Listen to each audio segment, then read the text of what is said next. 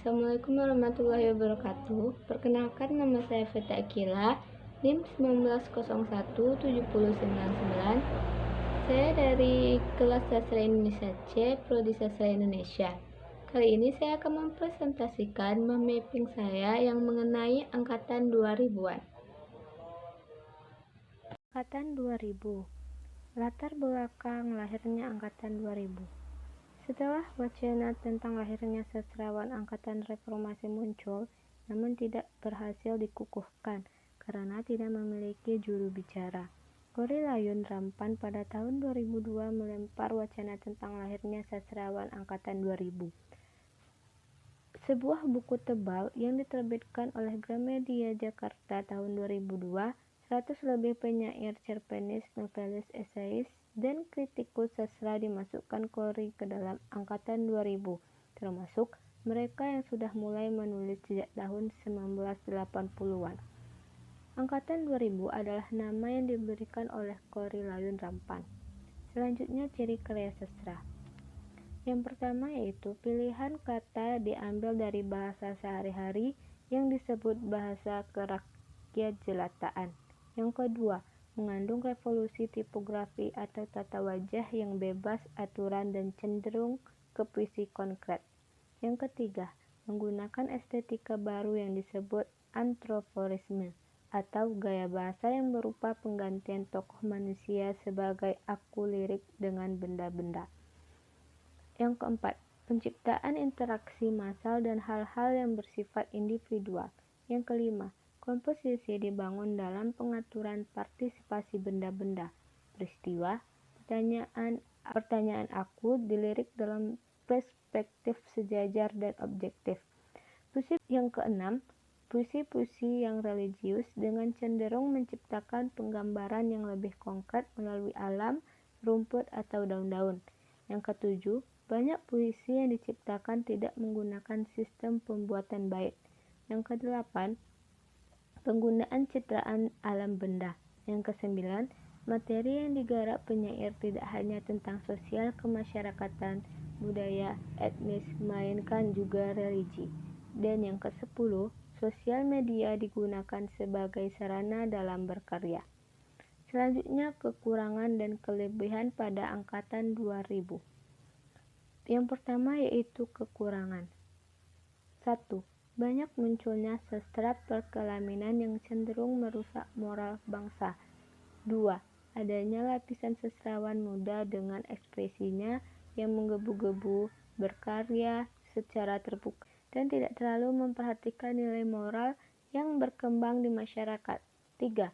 Beberapa sastrawan cenderung sekuler dan feminis dalam menuliskan karyanya. Selanjutnya, kelebihan.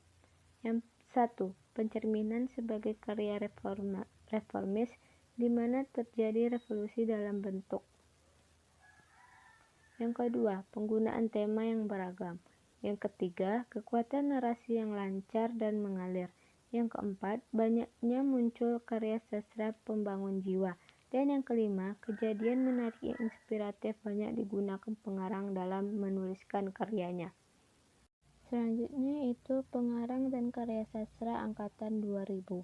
Yang pertama, Afrizal Malna. Penyair kelahiran Jakarta 7 Juni 1957 yang pernah mengenyam pendidikan di STF Driyarkara ini menulis kumpulan saja Abad yang Berlari. Cukup produktif menulis esai, sastra, teater, dan kesenian seumumnya di media-media bergengsi. Afrizal juga menulis prosa meditasi sapi betina, antologi puisi yang berdiam dalam mikrofon, mitos-mitos kecemasan, kalung dari teman, serta antologi esai sesuatu Indonesia, dan naskah drama migrasi dari ruang tamu. Pada tahun 1994, Afrizal meraih Republika Awards. Yang kedua itu Ayu Utami.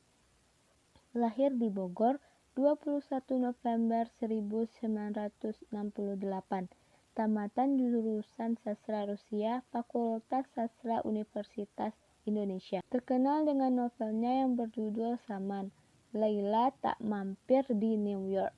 Pemenang pertama sayembara mengarang roman Dewan Kesenian Jakarta 1998. Ayu termasuk aktivis komunitas sastra Utan Kayu dan kalam jurnal kebudayaan bersama Gunawan Muhammad, Nirwan Dewanto, dan lain-lain. Setelah meluncurkan Saman yang sempat laris manis, Ayu menerbitkan novel Larung dan kumpulan cerpen Parasit Lajang. Selanjutnya yaitu yang ketiga, Seno Gumira, lahir di Boston, Amerika Serikat, 19 Juni 1958. Berpendidikan jurusan film IKJ, terkenal sebagai seorang cerpenis dengan sejumlah penghargaan. Menerbitkan kumpulan cerpen dengan nama Seno Gumira Aji Dharma, Manusia Kamar, Saksi Mata, Penembak Misterius, Dilarang Menyanyi di Kamar Mandi, dan lain-lain. Yang keempat, Oka Rusmini, lahir di Jakarta 11 Juli 1967, lulusan Fakultas Sastra Universitas Udayana, menulis novel Tarian Bumi, pemenang sayembara antologi puisi Monolog Pohon. Cerpennya Putu Menolong Tuhan dinyatakan terbaik versi majalah Femina. Sajak-sajaknya dimuat dalam antologi Doa Bali Tercinta, Rindu Anak Mendukung Kasih, Negeri Bayang-Bayang, Mimbar Penyair Abad 21. Yang kelima yaitu D. Zawawi Imron, dilahirkan di Batang-Batang, Sumatera pada 18 September 1946.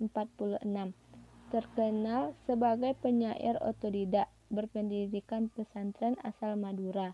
Karya-karyanya berupa kumpulan puisi, Madura, Akulah Lautmu, Ibu, Semerbak Mayang, Nenek Moyangku Air Mata, pemenang Yayasan Suku Utama Departemen Kebudayaan.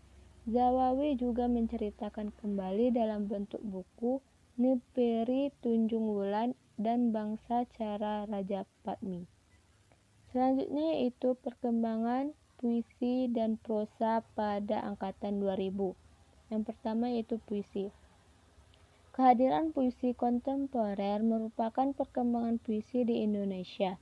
Tahapan dan karya puisi kontemporer tidak hanya mementingkan pribadi si penyair.